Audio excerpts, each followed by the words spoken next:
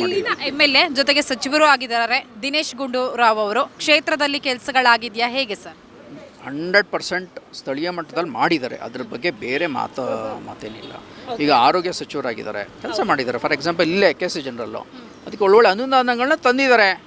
ಸೆಂಟ್ರಲಿಂದನೂ ತಂದಿದ್ದಾರೆ ಅನುದಾನಗಳನ್ನ. ನೀವೆಲ್ಲ state budget ನೋಡಿದ್ರೆ, ಸೆಂಟ್ರಲ್ ಬಜೆಟ್ ನೋಡಿದ್ರೆ ಅರ್ಥ ಆಗುತ್ತೆ. ಬಜೆಟ್ ಯಾರು ನೋಡ್ತಾರೆ? ಜನ ಯಾರು ನೋಡೋದಿಲ್ಲ. ಹಾಗಾದ್ರೆ BJPಯ MP ಹಾಗೆ ಕಾಂಗ್ರೆಸ್ನ MLA ಮತ್ತೆ ಸಚಿವರು ಇಬ್ರು ಕೂಡ ಕೆಲಸ ಮಾಡಿದ್ದಾರೆ ಅಂತ. ಮಾಡಿದ್ದಾರೆ ಜರೂರು.